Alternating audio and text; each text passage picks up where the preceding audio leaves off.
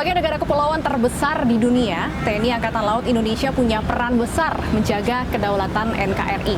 Tapi tidak berhenti sampai di situ. Peran TNI Angkatan Laut juga dalam diplomasi Angkatan Laut, salah satunya adalah dengan mengirimkan personilnya untuk misi perdamaian di Libanon.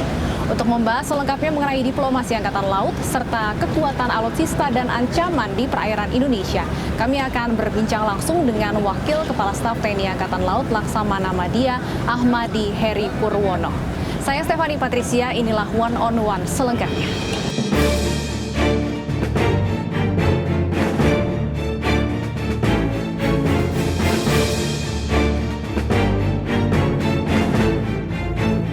Saya sudah bersama dengan Wakil Kepala Staf TNI Angkatan Laut Laksamana Madya Ahmadi Heri Purwono. Halo Pak Heri, apa kabar? Salam prokes kali ya Pak ya. Oke, Pak Heri, baru saja kita saksikan tadi ya ada pelepasan prajurit TNI yang akan berangkat dalam misi perdamaian ke Libanon. Sebenarnya seperti apa sih keterlibatan dari TNI Angkatan Laut sendiri dalam misi perdamaian ini, Pak Heri? Oke, terima kasih Mbak. Jadi tadi upacaranya adalah upacara pengecekan kesiapan. Pengecekan kesiapan ya. Tadi diyakinkan semua prajurit siap, kapalnya siap. Rencana besok akan dilepas oleh Panglima TNI langsung rencana besok sore untuk menuju ke daerah operasi. Ini adalah merupakan satuan tugas Maritime Task Force yang ke-28N. Ini merupakan misi diplomasi kita. Kita ingin menunjukkan kepada dunia bahwa kita mampu untuk melaksanakan tugas penjaga perdamaian.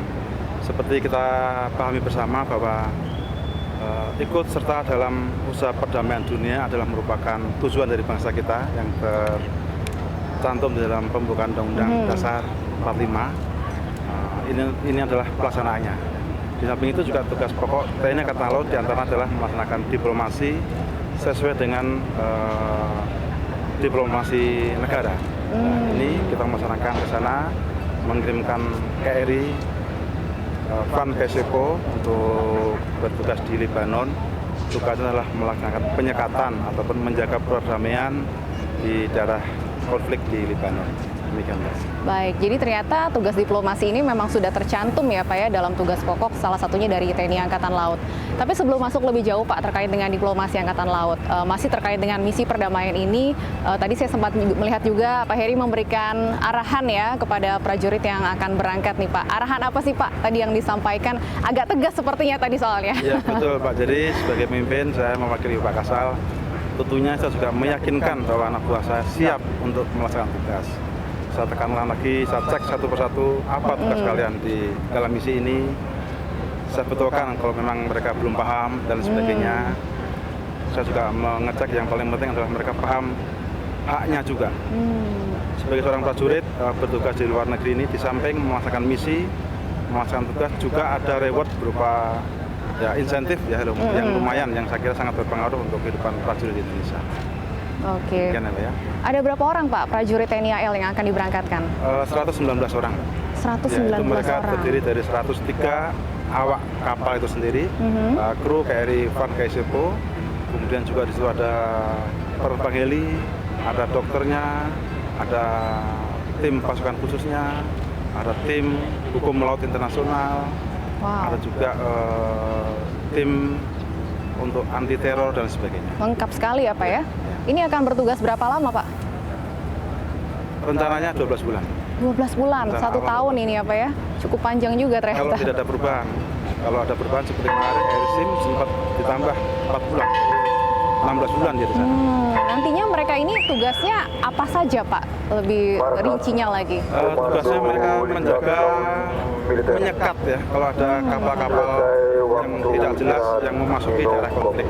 Jadi di sana ada perairan Libanon dan perairan Israel. Nah itu sering mereka saling masuk ke wilayah masing-masing. Nah ini kita jaga sehingga tidak terjadi hal yang tidak diinginkan dari kedua belah pihak negara. Dan seperti yang disampaikan tadi, ini bukan pertama kalinya ya Pak ya? Sudah ke 20 berapa tadi Pak? 28 ya Pak ya? Sebenarnya bisa dijelaskan sedikit Pak, apakah ini memang bagian dari diplomasi Angkatan Laut Indonesia? Ya betul Mbak, jadi diplomasi bagi Angkatan Laut adalah merupakan tugas pokok yang dicantumkan di dalam Undang-Undang Nomor 34 Pasal 9. Ini merupakan tugas yang mungkin berbeda dengan TNI yang lain. Dan karena kami ini senantiasa terlibat di dalam hubungan internasional, kami bertugas di laut, kami sering berpapasan dengan kapal-kapal yang melewati perairan kita ataupun perairan internasional, sehingga membangun trust, membangun saling kepercayaan, termasuk juga menunjukkan bahwa kita mampu melaksanakan tugas adalah penting bagi kita. Apa sebenarnya Pak, mengapa kemudian diplomasi Angkatan Laut ini penting untuk kita miliki dan terus kita bangun? Ya. Yang pertama adalah kita ini merupakan bagian dari komunitas internasional, Mbak ya. Jadi saya sampaikan tadi bahwa kita senantiasa berhubungan langsung. Yang terutama kita pahami adalah negara kita ini negara kepulauan. Bahkan kemarin Pak Jokowi pada saat G20 menyampaikan, beliau mengingatkan kembali bahwa negara kita adalah negara kepulauan atau negara maritim terbesar di dunia. Ini harus kita jaga selamanya. Di antara menjaga itu ada beberapa hal yang kita lakukan, Pak.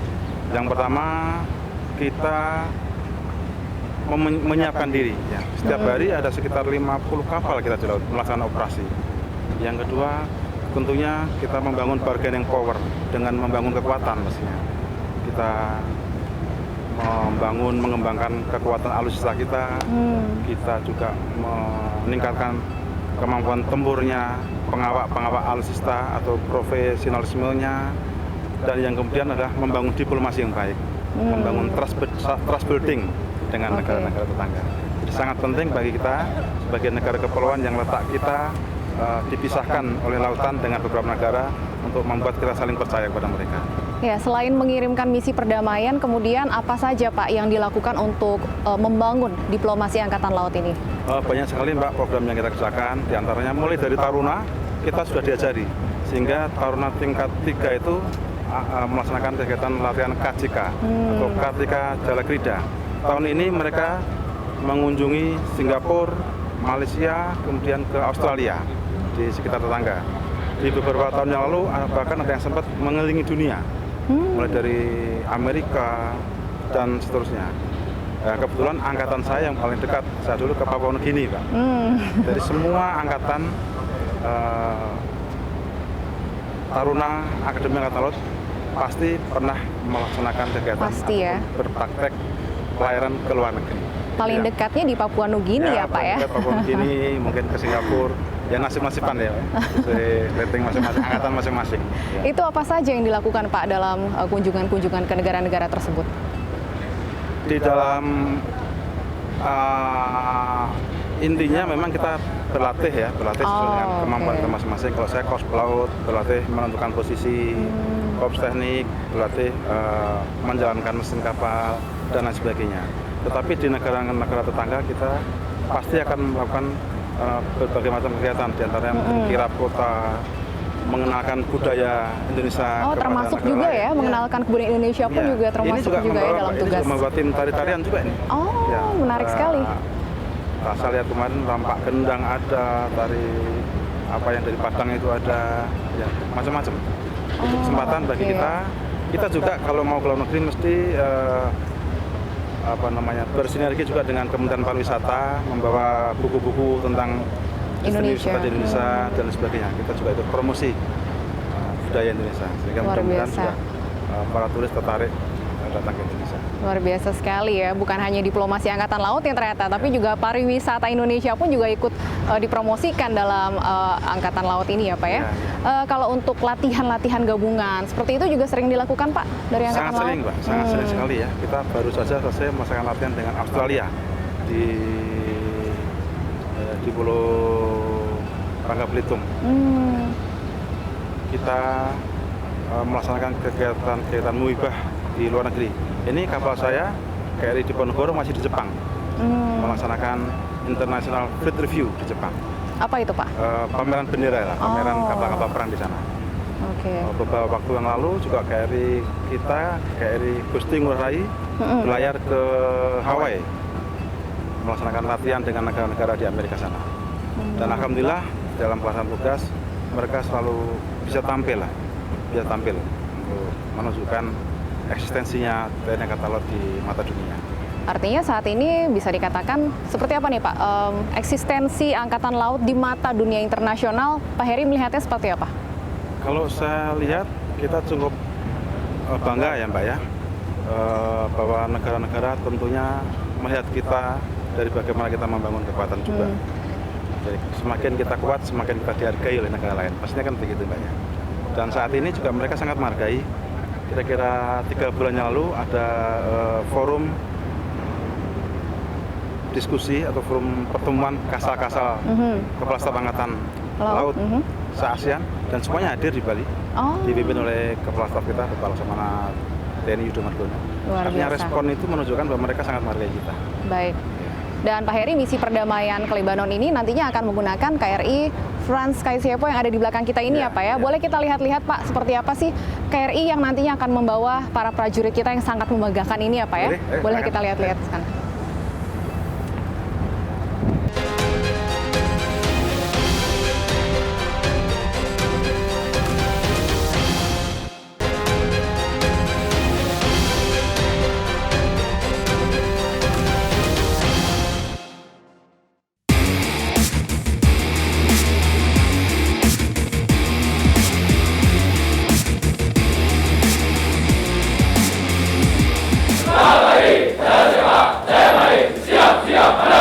Pemirsa, saat ini saya sudah berada di atas KRI Franz Kaisiepo. Ini adalah KRI yang akan membawa prajurit TNI AL yang sangat membanggakan kita tentunya, yang akan berangkat dalam misi perdamaian menuju Lebanon. Dan saya juga masih ditemani oleh Wakil Kepala Staf Angkatan Laut, Pak Heri. Ini pertama kalinya Pak saya naik ke KRI Pak, dan saya bisa lihat ini megah sekali ya Pak ya. Boleh diceritakan Pak, KRI Franz Kaisiepo ini sudah mungkin digunakan sejak tahun berapa? Kemudian seperti apa sih pemanfaatannya ketika sedang tidak digunakan dalam misi perdamaian? Terima kasih ya Mbak ya. Ini adalah merupakan salah satu kapal kita korvet jenis Sigma Class. Korvet itu artinya kapal perang kecil kapal perang, ya Pak ya? Ya multipurpose ya. Oh, multipurpose, oke. Untuk bisa berperang anti kapal permukaan, berperang anti kapal selam, dan anti udara. Jadi dia dilengkapi dengan senjata rudal untuk anti kapal permukaan, kemudian juga ada tetral untuk anti udara, sama torpedo untuk anti kapal selam. Kapal ini datang di Indonesia di tahun 2008 ya. Ini merupakan buatan Diamond Belanda. Ya, kita punya 4. Satunya KRI Franz Kaisiepo ini, ada juga KRI Sultan Iskandar Muda, ada KRI Sultan Hasanuddin, dan KRI Diponegoro. Yang tadi saya sampaikan Diponegoro sedang di Jepang tadi Pak, melaksanakan misi diplomasi. Artinya sudah hampir 13-14 tahun ya Pak ya? KRI ini bertugas untuk ikut menjaga keutuhan NKRI sepertinya Pak Heri. Kalau sedang tidak dalam misi perdamaian, KRI Franz Kaisiepo ini seperti apa kegunaannya? Kalau tidak sedang melaksanakan misi, tentunya melaksanakan patroli biasa.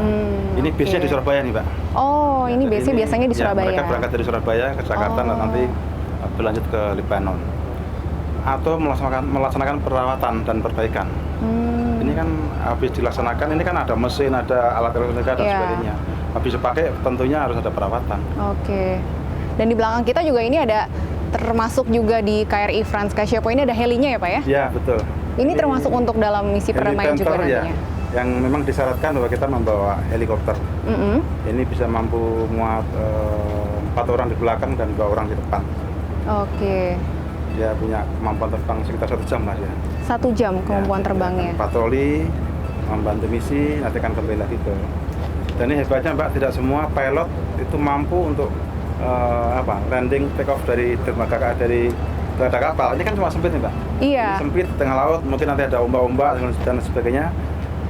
Pilot-pilot angkatan laut punya kemampuan untuk mereka landing take off di gelacak kapal seperti ini. Ini skillnya khusus lagi ya Pak ya? Ya, nggak semua pilot bisa nih Pak? Maritime spec ya. Wow, oke. Dan bukan hanya heli dan tadi beberapa persenjataan yang disebutkan Pak Heri. Boleh Pak kalau kita lihat lagi isi dari KRI Franz Kaisiepo ini supaya pemirsa juga tahu nih seperti apa sih KRI yang digunakan untuk membawa prajurit TNI kita baik dalam misi perdamaian maupun juga dalam patroli ya untuk menjaga kedaulatan negara kita. Kita lihat-lihat boleh ya Pak ya? Mari, ayo, silakan. Komandan mana komandan?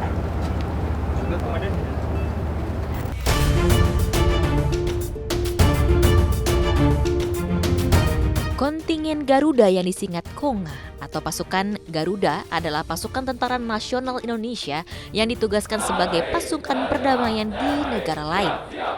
Kontingen Garuda sangat syarat dengan misi kebangsaan karena tugas tersebut tidak hanya terkait aspek militer tetapi juga aspek politik, diplomasi maupun juga budaya.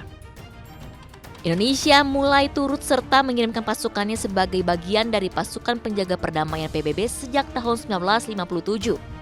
Kontingen Garuda yang dibentuk dari proses seleksi prajurit-prajurit dari berbagai kesatuan di TNI. Prajurit TNI yang terpilih nantinya akan bertugas di beberapa wilayah di Afrika hingga wilayah Timur Tengah seperti Kongo, Nambia, hingga Lebanon. Tugas prajurit TNI sebagai tentara perdamaian akan menjadi cerminan tentara nasional Indonesia dan negara Indonesia di hadapan masyarakat internasional dan militer negara lain yang tergabung dalam pasukan perdamaian.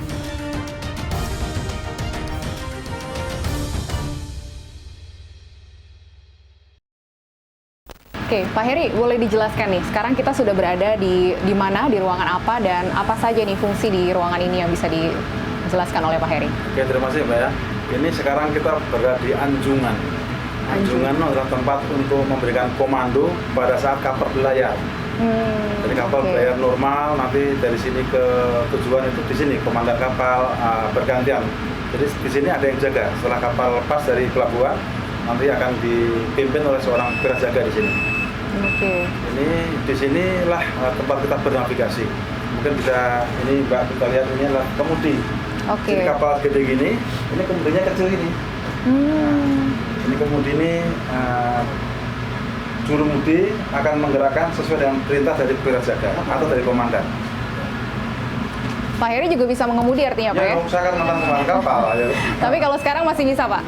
Kalau kemudi ini yang bertugas bintara tantana. Oh, oke. Jadi kita hanya ngomong aja. Kemudi kiri 5, kemudi kanan 5 gitu.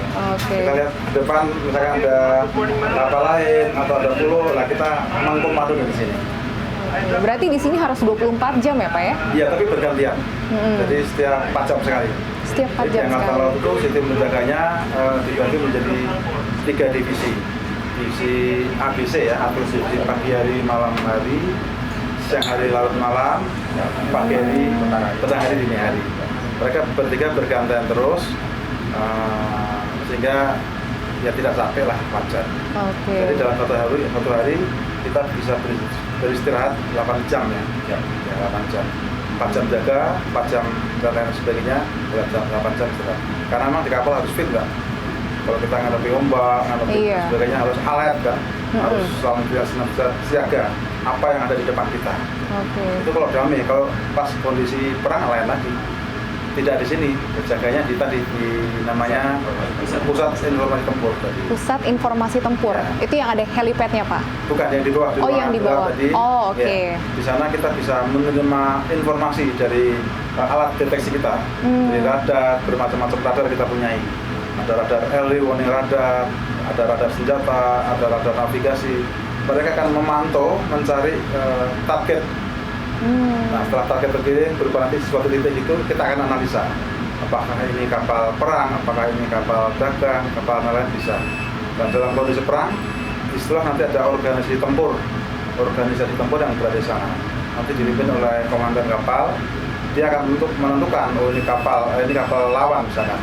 Nah, justru dia akan memberikan komando apa yang harus kita kerjakan. KRI Franz Kaisievo ini sudah pernah Pak terlibat dalam pertempuran? Ya, belum. Pertempuran sebenarnya kan belum. Kita kan udah lama nggak tempur nih, Pak. Semoga jangan ya, Pak ya. Supaya damai terus. Tapi kalau setiap saat kita harus siap tempur. Harus selalu siap ya, walaupun tidak ada dan harapannya tetap damai. Kalau kita ingin menjadi negara yang bebas, yang merdeka, kita juga harus siap untuk bertempur. Kan itu prinsipnya. Karena kami ini, mereka ini memang dibentuk untuk menjaga kedaulatan melalui seperti itu. Tidak tempur tapi latihan, kita latihan rutin dilaksanakan. Supaya selalu dalam kondisi siap ya Pak ya? Ya. Lalu untuk mendukung kesiapan tadi, apa saja sih Pak fasilitas yang tersedia di KRI Franz Kaisievo ini?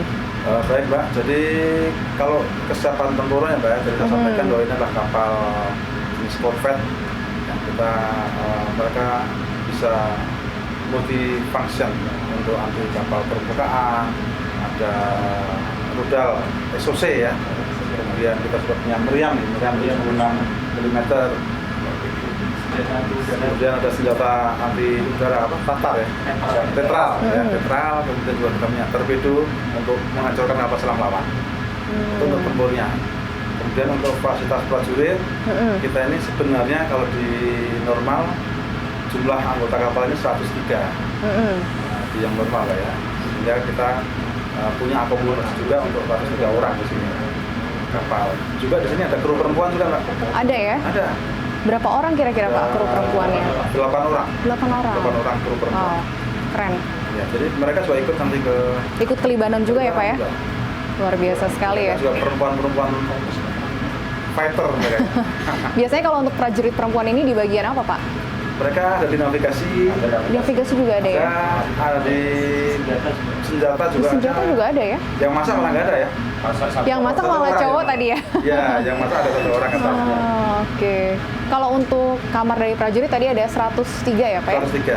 Oke, jadi memang dipastikan supaya siap tempur juga prajuritnya pun harus dalam kondisi yang selalu bisa mendapat istirahatnya cukup, nyaman ya Pak ya? Ya, pastinya begitu Pak. Baik. Kita juga bawa tim kesehatan, jadi setiap prajurit sakit dikit langsung diobati. Karena ini kan ruang tertutup Mbak ya. Jadi kalau misalkan satu flu, wah bahaya nanti yang lain ketularan. Maka harus antisipasi. Baik. Dan biasanya obatnya kata itu cepat sembuh ya. Iya, begitu minum obat langsung sembuh deh. Kata mungkin dosisnya tinggi kali ya. Oke, boleh kita lihat lagi Pak mungkin ke bagian lain dari kapal ini ya Pak ya? Boleh, boleh. Kita lihat dulu. Boleh.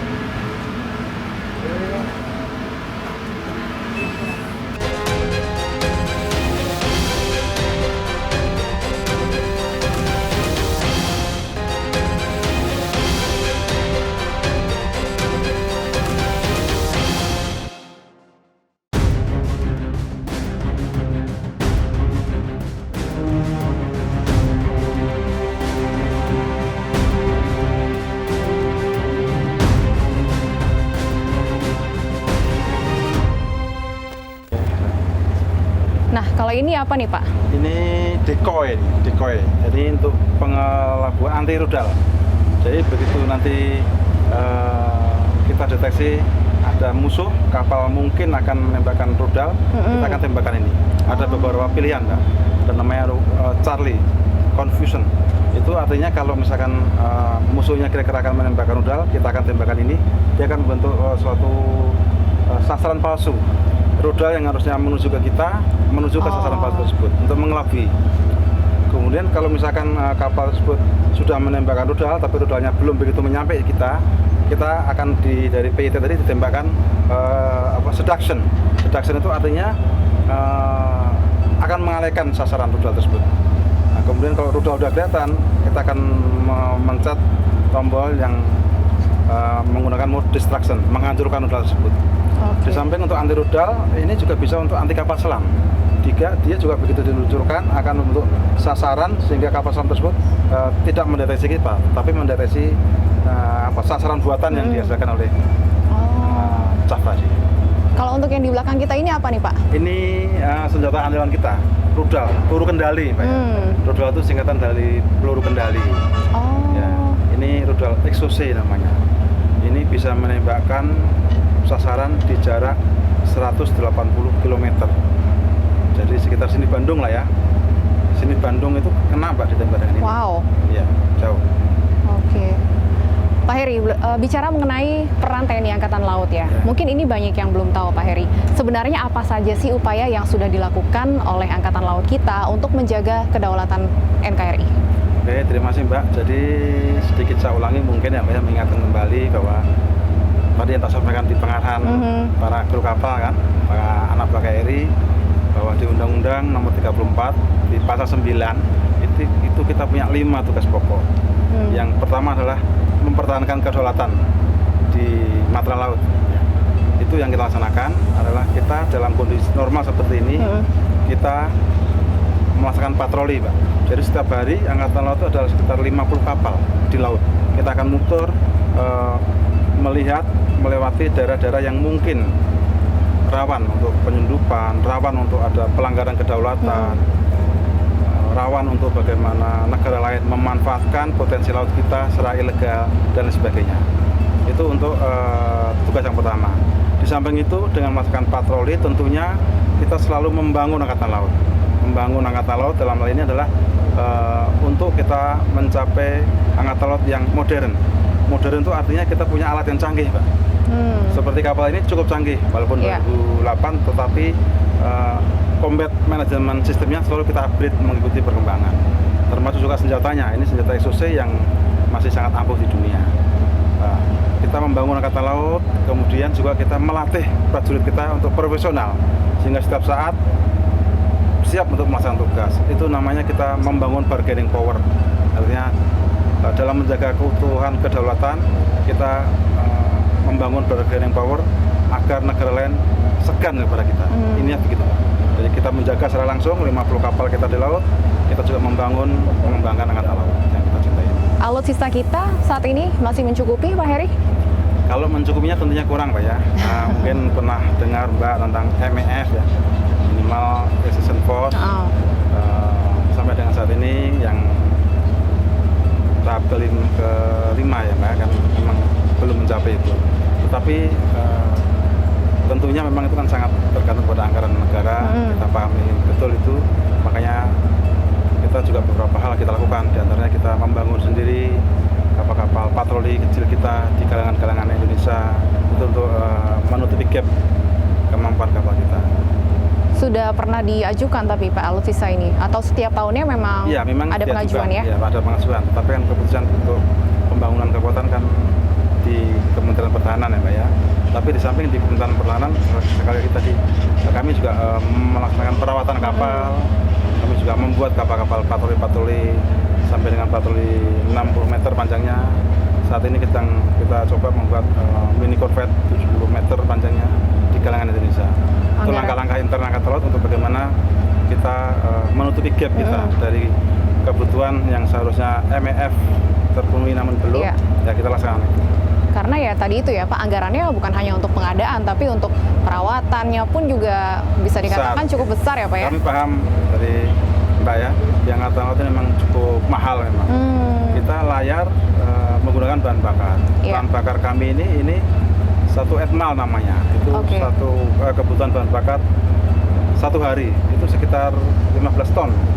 15 ton kapal, untuk satu hari tadi? Satu hari. Satu hari. Ya, dari pagi sampai pagi lagi Mbak ya, selama 24 jam. Nah, kalau kita belayar sekian hari kan juga numpuk. Sekian bulan tadi malah ya Pak ya, bukan hari lagi. Dan ini real, ini tidak ada yang, nggak ada angkatan laut, Bapak Kasal sangat tegas, nggak ada namanya penjualan BBM yang ilegal, nggak ada. Kita betul-betul real, bisa diukur, bervariasi memang. Di kapal segede ini minimal 15 ton per hari. Belum dalam maintenance-nya, ini kan besi yang setiap harinya di laut, karaten dan sebagainya kan, pastinya seperti itu. Alat-alatnya alat-alat yang sangat modern, elektrik, pasti butuh perawatan yang sangat mahal. Belum personilnya juga ya Pak ya? Personil pastinya. Belum logistik. Namanya alat perang itu kan kayak modis ya Mbak ya, setiap bulan ganti kan gitu. Ya kayak orang harus selalu diperbarui ya Pak ya? Selalu modis, selalu up to date. Oke. Kalau untuk tantangan Pak, ancaman untuk kedaulatan Indonesia, terutama di perairan ini, sejauh ini apa yang terbesar? Saat ini yang paling banyak adalah ilegal pemanfaatan sumber daya di laut ya, mulai dari ikan, kemudian mungkin juga ada survei negara asing kepada di wilayah kita, kemudian juga ada beberapa penyelundupan ya. Kami kan sering nangkap itu narkoba, terbesar kita pernah nangkap kemarin kan 179 kilogram kokain. Kita pernah nangkap itu. Juga beberapa kali minuman keras. Di samping juga pengambilan ikan secara ilegal yang marah seperti itu. Karena artinya kan pembangunan kekuatan angkatan laut harus disesuaikan dengan ancaman yang ada ya Pak ya? Iya. Baik, seperti apa Pak untuk menyesuaikan kekuatan dengan ancaman tersebut? Ya tadi Mbak, kita berusaha sebanyak mungkin menghadirkan kapal kita di laut. Kita menghadirkan kapal di laut juga tentunya tergantung anggaran juga. Saat ini anggaran yang kami mampu untuk melaksanakan kegiatan mengoperasikan kapal di laut satu hari cukup untuk sekitar 50 kapal. Yang tidak sampaikan bahwa kapal membutuhkan bahan bakar dan sebagainya. Ya, mudah-mudahan dengan semakin nanti ekonomi kita semakin bagus, insya Allah. Karena 50 kapal itu untuk mengelilingi wilayah kita tentunya Iya. masih sangat kurang. Itu kan kalau dari sisi alutsistanya ya Pak ya. Ya. Kalau dari sisi personilnya Pak, sudah mencukupi? Ya, dari sisi personil, sekarang ini Bapak Kasal membuat kebijakan untuk merekrut dari beberapa daerah biar adil Mbak ya. Jadi kita sekarang ada selain, kalau dulunya Angkatan Laut itu hanya dididik di Surabaya, Oke. di Komando Pendidikan Angkatan Laut Surabaya. Sekarang kita buka cabang lah gitu. Ada satuan pendidikan yang di Sorong, ada satuan pendidikan yang di Makassar, ada satuan pendidikan yang di Tanjung Uban. Nah ini di samping untuk kita segera memenuhi kebutuhan personil kita, pengawal alutsista kita, juga untuk membuat keadilan. Artinya orang-orang Papua juga kita kasih tempat untuk nanti mendaftar jadi Angkatan Laut, dididik di sana. Orang-orang daerah Sulawesi ke sana dididik di Makassar. Orang-orang yang di barat, Sumatera, dan sebagainya, pulau-pulau kecil di Riau, dididik di Tanjung Uban. Berarti sekarang personilnya pun juga lebih beragam ya Pak ya, dari 34 provinsi mungkin di Ya, Indonesia ya Pak. Kalau dulu hanya di Surabaya saja. Sebetulnya waktu pendidik di Surabaya pun juga dari berbagai macam. Tapi lebih suku sedikit bangsa, mungkin ya. Cuma mungkin potensinya peluangnya kan Peluangnya lebih orang, sedikit, Ya, orang kan betul. tidak begitu paham dari dana roti sana mau jadi Angkatan Laut kemana, Baik. mungkin nggak ketemu. Begitu kita kasih tahu bahwa sekarang ada satuan pendidikan yang di Sorong misalkan. Nah, mungkin dia akan melihat lebih dekat, lebih paham. Nah, sehingga harapan kita semua anak bangsa dari berbagai macam suku bangsa yang ada di Indonesia punya peluang yang sama untuk menjadi pengawalnya TNI Angkatan Laut. Baik. Pak Heri, tadi kita sudah bicara mengenai diplomasi Angkatan Laut, mengenai KRI Frans Kasyepo juga, mengenai ketahanan kekuatan dari TNI Angkatan Laut. Saya juga ingin sebenarnya menggali lebih jauh mengenai sosok dari Pak Heri sendiri sebagai Wakasal kita, karena saya yakin juga banyak yang belum mengenal nih sosok Wakil Kepala Staf TNI Angkatan Laut kita. Tapi kita harus jeda terlebih dahulu. Pak Heri, kami akan kembali usai jeda berikut, tetap di One on Terima One. kasih.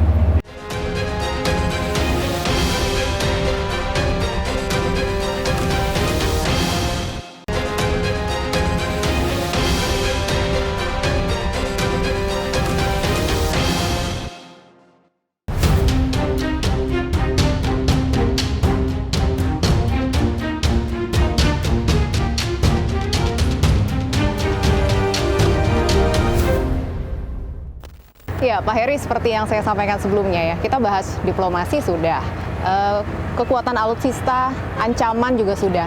Yang banyak orang belum tahu dan belum kenal, ini mungkin adalah sosok dari Wakasal kita, Laksamana Madya Ahmadi Heri Purwono. Nah, Pak Heri, boleh diceritakan sedikit nih Pak, mulai tahun berapa sih Pak bergabung di Matra Angkatan Laut? Saya dulu masuk di Taruna Mbak ya, Taruna Akademi Angkatan Laut di tahun 84. 84. Saya ini orang desa, orang kampung Mbak, nggak ngerti. Tahu waktu itu kan daftar AKABRI aja. Begitu daftar AKABRI, masuk ternyata menjadi AKABRI Laut. Oh, itu bukan Pak Heri yang pilih sendiri, Bukan, mau di waktu itu- Angkatan Laut gitu? Bukan, waktu itu sesuai dengan psikologi kita. Oh. Dijuruskan lah gini-gini. Saya anaknya petani di kampung di Salatiga sana. Ibu saya nangis, loh Her, kamu tuh loh masuk Taruna kok di laut katanya. Kok di Surabaya bukan? Kan jauh sekali. Kan di Jawa Tengah ada, di Magelang ada Taruna Angkatan Darat, di Semarang ada kepolisian, di Orang tua di mana Pak? Mohon maaf. Salatiga. Salatiga. Ya. Terus sekolahnya di Surabaya. Surabaya. Menurut ibu saya kan, ibu saya nih, kok jauh sekali, kasihan anak saya gitu. Tapi ya alhamdulillah ibu saya senantiasa mendoakan saya, akhirnya ya bisa melewati masa-masa yang lalu, masa-masa sulit saya mungkin. Pada saat kemudian ditugaskannya di Angkatan Laut, reaksi Bapak saat itu seperti apa? Pertama awal-awal Letnan 2 bingung Mbak. Tapi bisa berenang Pak? Bisa dong. Bisa ya? Di sungai latihannya waktu itu. Di sungai. Ya, jadi kalau yang lain gaya kata, saya gaya Tarsan kan. Sungai. Waktu itu juga gitu, waktu saya anak pertama kan Mbak. Anak pertama mungkin Pak Ibu saya sangat sayang sama saya. Renang di sungai juga dimarahi sama bapak saya, nyuri-nyuri bagaimana ke sungai renang. Untungnya begitu ya. Akhirnya ya saya ditakdirkan oleh Tuhan menjadi Angkatan Laut. Dan Angkatan Laut yang sampai dengan sekarang ini. Dan Pak Heri ini masuk di Korps Pelaut ya Pak ya? Laut ya. Berapa tahun artinya Pak sempat melaut? Saya sekitar 19 tahun lah. 19 tahun. Mulai dari pangkat Letnan 2. Jadi pentahapannya Mbak ya, di kami ini di Korps Pelaut kami masuk, kami menjadi Letnan 2, kami akan mengawai teknis-teknis senjataan seperti di artileri, senjata meriam dan sebagainya. Waktu itu ada divisi namanya, divisi artileri, divisi senjata bawah air, itu mengawai senjata untuk anti kapal selam.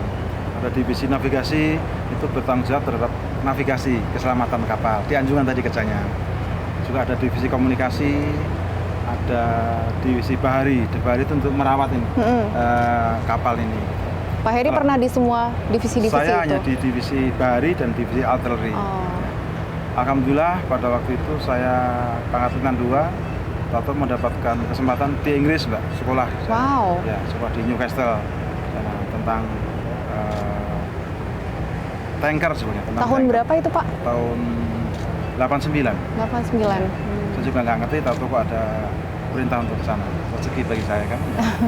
Kemudian setelah itu saya menjadi kepala departemen operasi. Jadi setelah pada kepala divisi tadi, kita akan menaik menjadi kepala departemen. Ada departemen operasi, ada departemen senjata dan bahari, ada ya pelaut seperti itu ya. Kemudian alhamdulillah juga pada saat itu saya kapten jadi komandan, Mbak. Jadi komandan KRI Soputan, kapal. Itu pertama kali menjadi komandan KRI Soputan? Pertama kali menjadi komandan, pangkat kapten, juga kebanggaan juga bagi saya. Teman-teman belum banyak yang menjadi komandan. Setelah dari KRI Soputan ada sempat di KRI apa lagi, Pak? Saya sekolah staf dan komando, kemudian menjadi komandan KRI Singa, itu komandan untuk kapal fast patrol boat ya, kapal cepat untuk anti kapal selam. Jadi andalannya torpedo. Dari kapal KRI Singa saya pindah ke KRI Badik, kapal cepat rudal, KCR, kapal cepat rudal kita. Itu senjatanya kayak tadi, SOC tadi. Jadi kita mampu menenggelamkan musuh sampai dengan 180 km.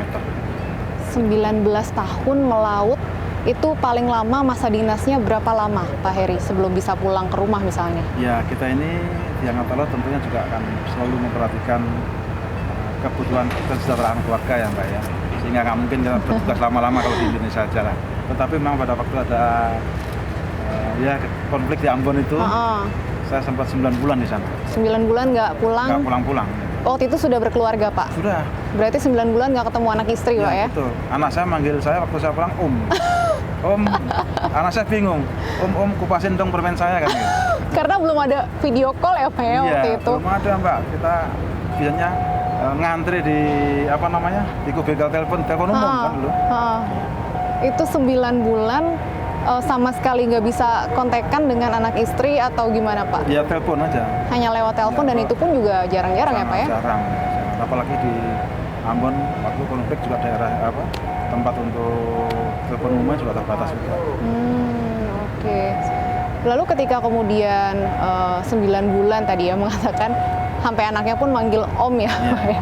Setelah itu mungkin ada pengalaman lain yang juga mungkin anak Pak Heri juga ikut terkesan gitu dengan pengalaman-pengalaman dari Pak Heri sendiri? Yang jelas memang saya beberapa kali menjadi komandan kapal ya, Mbak ya. Suatu pride ya, suatu kebanggaan bagi seorang Kodirat Angkatan Laut, khususnya Korps Laut ya. Karena di kapal itu kita mandiri, kita memimpin sebuah alutsista, membawa anak buah, membawa kapal, berlayar, melaksanakan tugas, nggak ada orang lain di laut. Begitu ada ombak besar. Saya pernah waktu ada ekornya typhoon dari Filipina di atas Manado aja, kapal mau jalan ke depan nggak bisa, mau jalan di tempat, mau belok kanan takut kalau guling, kan kapal berdiri gini, Mbak ya.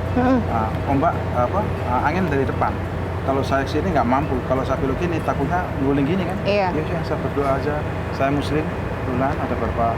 Akhirnya saya suruh anggota saya untuk berdoa sesuai dengan agama masing-masing. Yang Islam, ayo kita sedapat-dapatnya semampu-mampunya mengucapkan ya, mengingat Tuhan. Agama yang lain juga begitu. Ini sekitar setengah jam, alhamdulillah itu langsung udaranya cerah. Lanjut kita. Itu pengalaman asiknya di laut.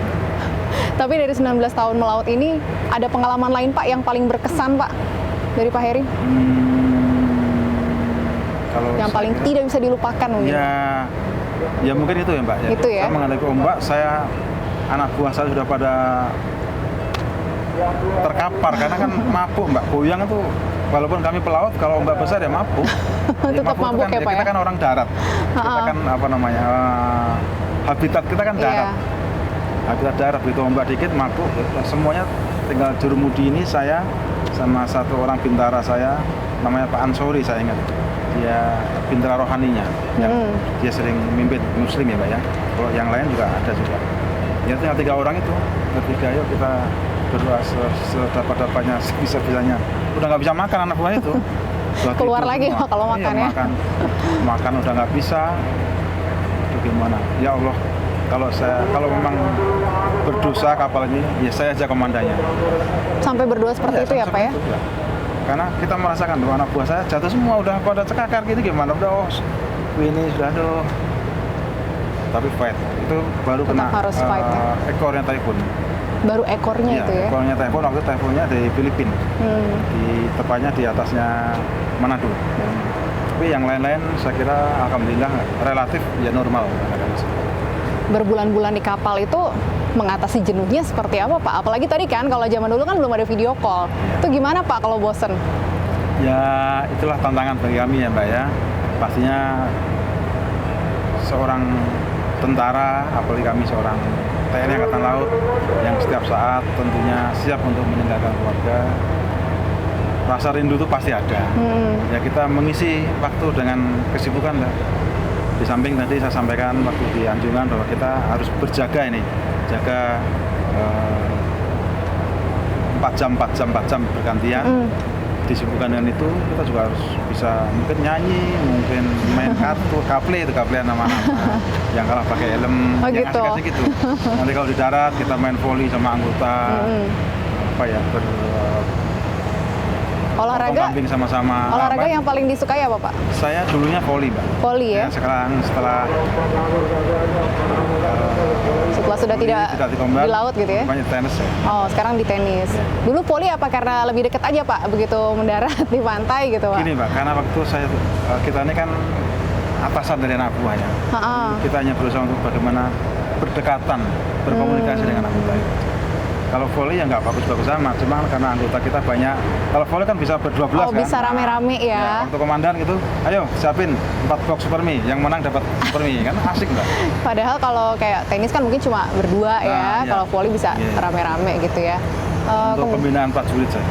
Untuk pembinaan prajurit juga ya. Bagaimana Pak mendekatkan diri dengan pada saat menjadi komandan gitu, mendekatkan diri dengan prajurit-prajurit? Saya senantiasa menjalin komunikasi, menjalin komunikasi dengan prajurit. Saya harus tahu apa yang menjadi masalah prajurit. Seorang prajurit kadang-kadang tidak akan mengungkapkan apa yang dia inginkan. Contohnya misalkan, yang paling krusial orang itu mungkin makan ya Pak, perut. Saya akan sampaikan kepada prajurit bahwa kamu punya hak sekian, ini belanjakan sekian. Ada di sini namanya kepala departemen logistik yang bagian belanja. Selalu saya cek berapa kamu belanjakan, apa wujudnya. Kamu kalau belanja menunya kamu sampaikan kepada anggota yang lain. Apakah anggota lain setuju dengan menu yang kamu masak? Itu paling gampang. Kenapa? Hiburan di laut makan itu paling gampang yang paling sangat nyaman ya makan aja. Benar-benar. Waktu makan paling ditunggu sepertinya ya Pak. Makan paling ditunggu. Oke, Pak Heri terakhir mungkin ya. Mungkin Pak Heri juga sudah dengar Pak. Saat ini banyak yang sudah mulai menduga-duga nama Pak Heri mulai muncul sebagai calon pengganti Pak Kepala Staf Angkatan Laut yang saat ini sedang dicalonkan menjadi Panglima TNI. Tanggapannya Pak? Kalau saya ini prajurit Mbak, dimanapun saya bertugas, saya ikhlas saja mana yang terbaik. Kalau menduga-duga saya tidak mau menduga-duga deh. Ya. Kita hanya prajurit, kita hanya siap melaksanakan tugas, siap melaksanakan tugas yang terbaik karena itu adalah wujud syukur dari Tuhan Yang Maha Kuasa. Lillahi ta'ala saja. Kalau saya seperti itu. Siap ya Pak dengan tugas dimanapun dan kapanpun ya Pak ya? Siap bertugas dimanapun kapanpun. Baik. Karena tugas itu bagi saya adalah amanah. Tugas dan jabatan itu amanah. Saya dengan bintang 3 seperti ini, saya orang kampung di Selotiko sana nggak pernah lihat laut. Suatu hal yang sangat luar biasa. Artinya saya harus bersyukur, saya harus paham betul bahwa tugas tanggung jawab adalah di atas segalanya. Jauh dari keinginan, jauh dari hal-hal yang bersifat pribadi. Insya Allah. Fight saya melaksanakan tugas. Saya dipercaya oleh Pak Kasal menjadi Wakasal, saya laksanakan Wakasal yang terbaik. Saya ingin bersama-sama beliau membangun angkatan laut sebaik-baiknya. Baik. Pak Heri, terima kasih banyak sudah meluangkan waktu bersama kami hari ini. Semoga sehat selalu Pak. Dan tadi ya selalu siap dengan tugas dimanapun dan kapanpun. Terima kasih banyak Pak Heri. Semoga semakin sukses. Sehat selalu Pak. Boleh kita atas Amin. lagi. Terima kasih Mbak. Semoga sukses selalu. Amin.